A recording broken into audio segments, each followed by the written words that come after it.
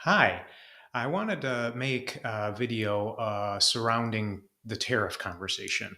Obviously, tariffs have been in the news lately, and generally we have a decent idea of what tariffs are and what they may or may not do. Obviously, the media has been, all over what the potential ramifications, are surrounding tariffs.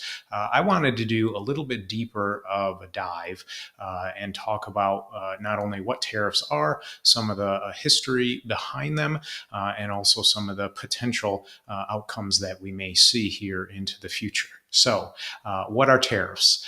Tariffs are economic tools.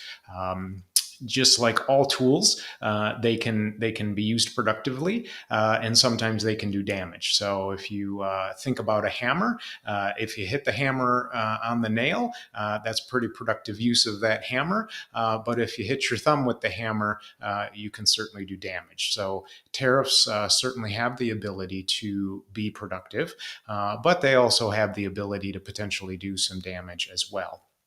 So, the purpose, what are the purpose of tariffs? Generally, we see kind of three potential outcomes associated with tariffs. The first is as a negotiating tool. Strengthen your position with those that you are negotiating with.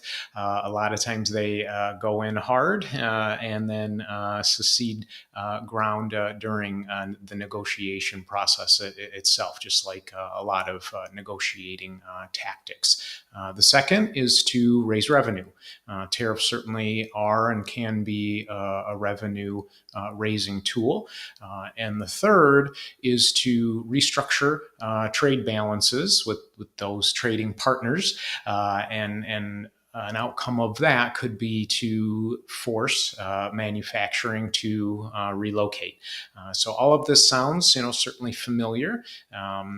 And we'll see what happens, into the future here. So historically, tariffs have been around a long time, and actually they were one of the pillars of revenue generation here in America during the Industrial Revolution, 1861 to 1933. I went back and looked. We actually had one of the highest average tariffs in the world, around 60%. And actually, that's what largely ran the government before the federal income tax came in 1913.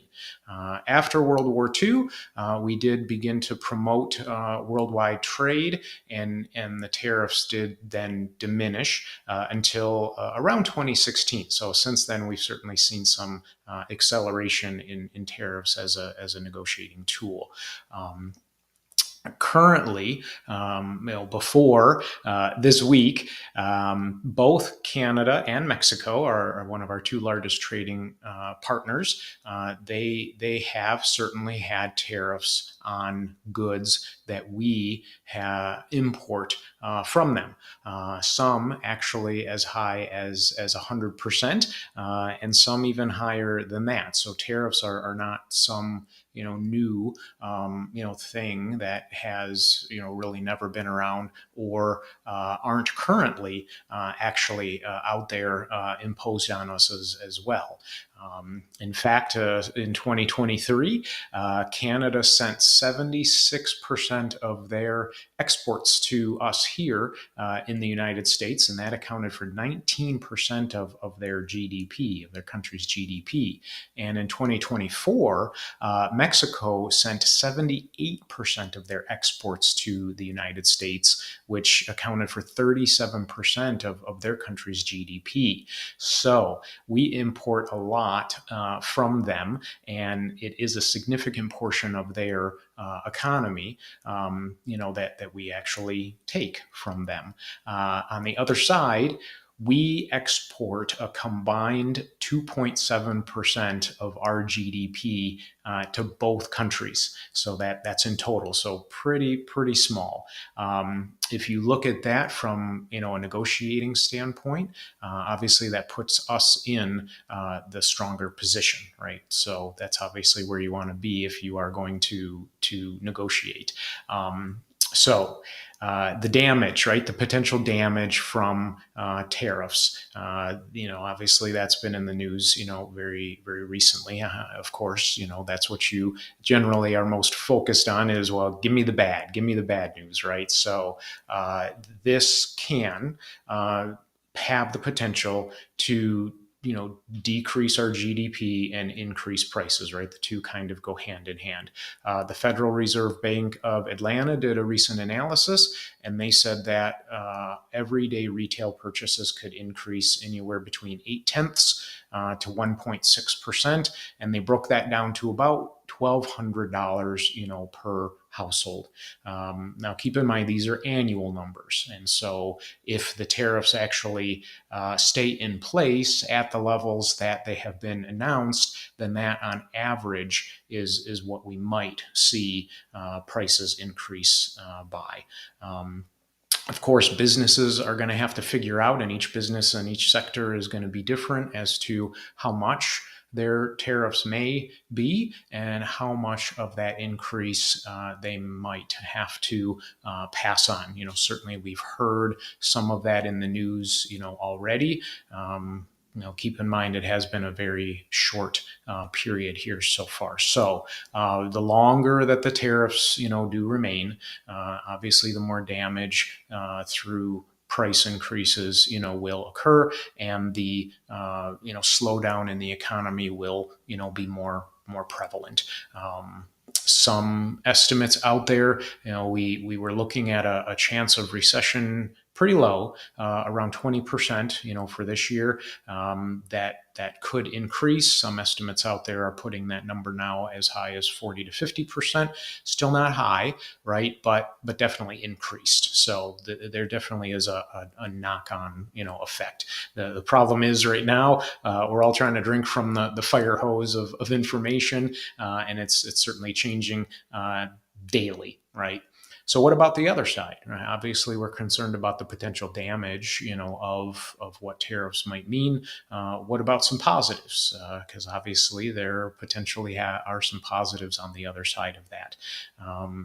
As of now, the tariffs are projected anyway. The consensus is that hopefully they'll be short-lived because we do believe that they are being used more as a negotiating tactic than anything else.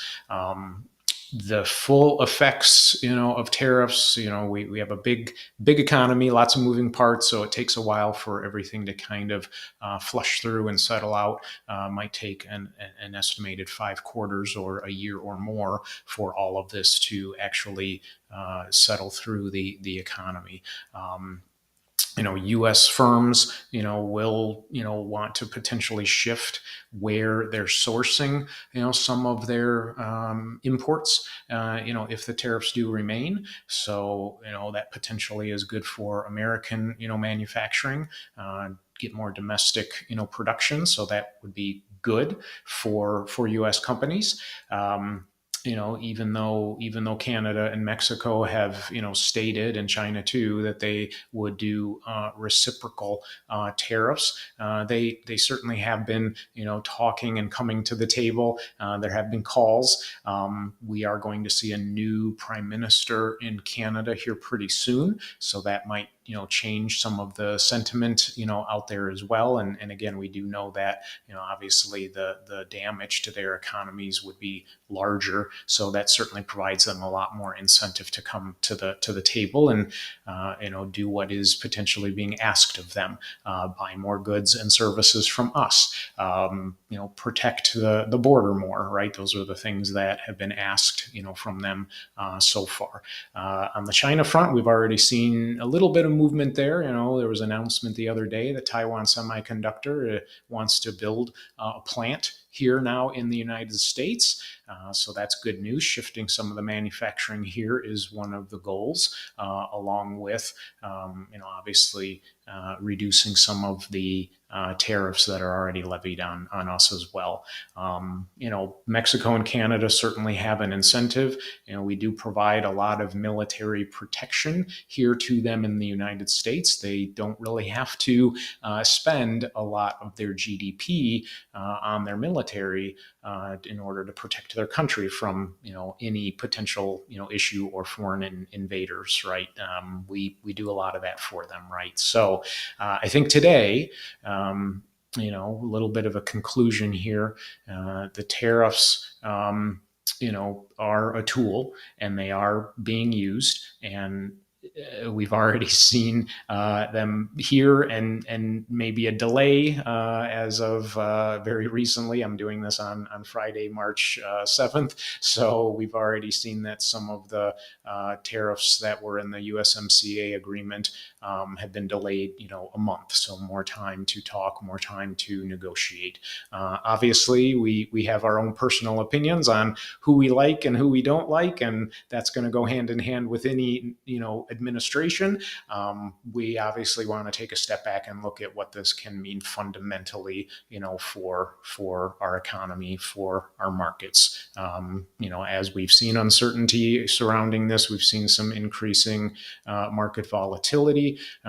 Market did really well last year, so whether this caused a bit of a pullback or something else, that remains to be seen.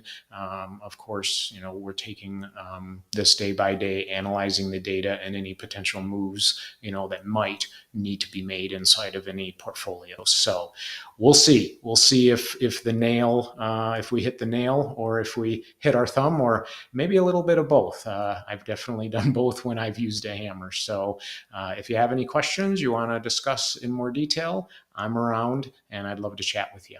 Thank you.